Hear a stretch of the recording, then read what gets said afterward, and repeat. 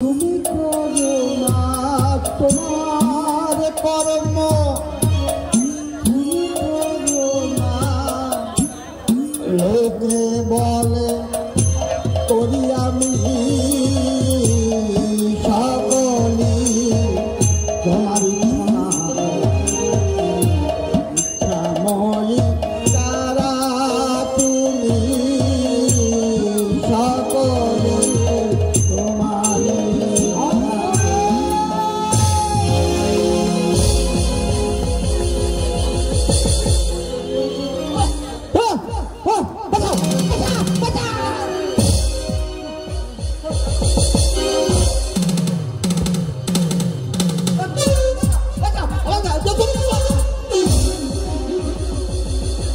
চিৎকার করলে মুখটা জন্মের মতো বন্ধ করে দেবো সাত করি। এটা কি দেখতে পাচ্ছিস? ঝুড়ি এতক্ষণ তোর বুকে চালাইনি কেন জানি? জানি আমি তোমার দীপর বৈধব্য আমি চাই সাত করি, কিন্তু এত সহজে তোকে আমি মারবো না। আমার বুকে যেমন আগুন জ্বলছে তেমনি আগুন আমি তোর বুকে চালিয়ে দেবো। একটা একটা করে অঙ্গ প্রত্যঙ্গ আমি কেটে নেবো।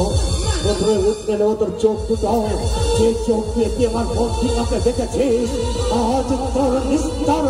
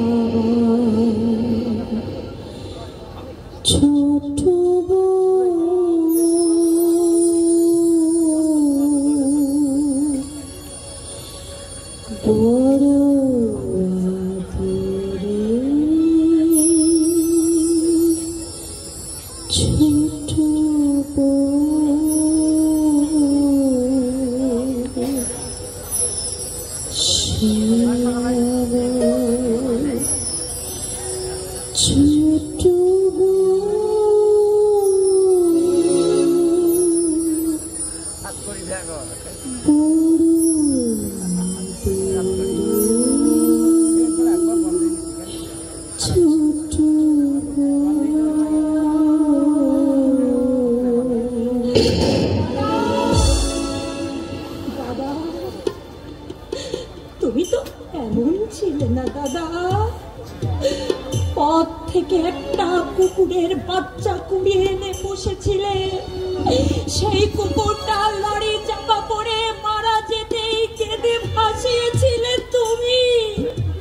সেই তুমি কি করে ছুরি হাতে মানুষ খুন করতে এলে দাদা? কি করে এলাম?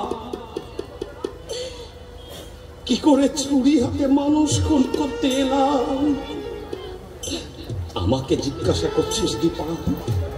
ওরে আমাকে নয় রে, আমাকে নয়, জিজ্ঞাসা করো দে আমাকে সমাজ বিরোধী গুন্ডা সাজিয়েছে কারা? কারা আমাকে মানুষ থেকে অমানুষ তৈরি করেছে? ওই ওরা ওরা ওরা। ওরে দীপা, আমিও তোর 5 জন মানুষের মতো সৎভাবে ভদ্রভাবে বাঁচতে চেয়েছিলাম। আমি তোমার গরিব মা বাবার মুখে একটু স্বস্তির হাসি ফোটাতে চেয়েছিলাম।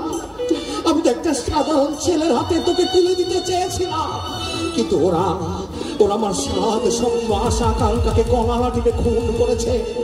আমাকে মানুষ থেকে করে তুলেছে একটা দুপে জানোয়ার। আমাকে টেনে নামিয়েছে নরকের অন্তরালে। তুমি চুপ করো দাদা, তুমি চুপ করো।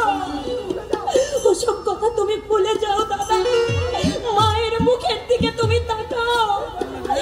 এই বয়সে তুমি মাকে আর তুমি দাদা।